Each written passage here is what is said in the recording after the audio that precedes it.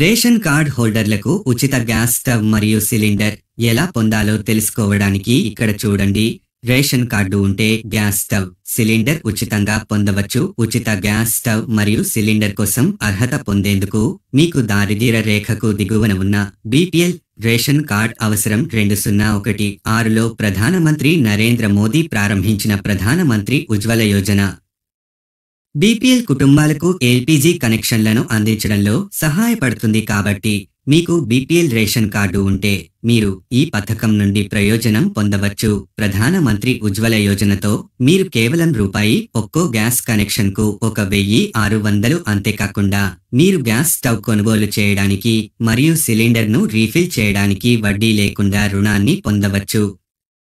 మీకు BPL ration card ఉంటే మీరు ఈ ప్రోగ్రాంతో ప్రతి సంవత్సరం 3 ఉచిత గ్యాస్ సిలిండర్లను పొందుతారు. మరియు ఇక్కడ శుభవార్త ఉంది.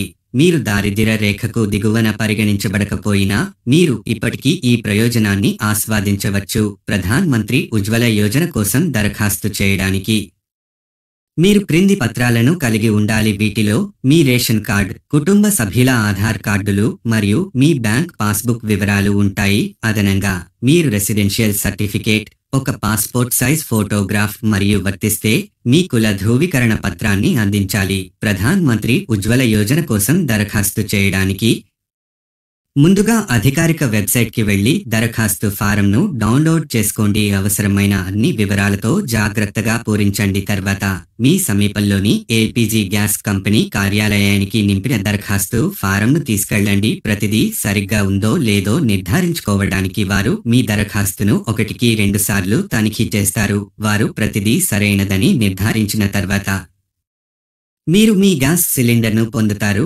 వివరణలో ఉచిత గ్యాస్ సిలిండర్ మరియు స్టవ్ లింక్ను తెరవడానికి http://www.pmui.gov.in/ జాయిన్ వాట్సాప్ ఛానల్. మరిన్ని వివరాల కోసం డిస్క్రిప్షన్లో లింక్ ఉంది. మరింత సమాచారం కోసం తదుపరి వీడియోలో కలుద్దాం. లైక్ చేయండి, షేర్ చేయండి, ఫాలో, కామెంట్, సబ్స్క్రైబ్ చేయండి.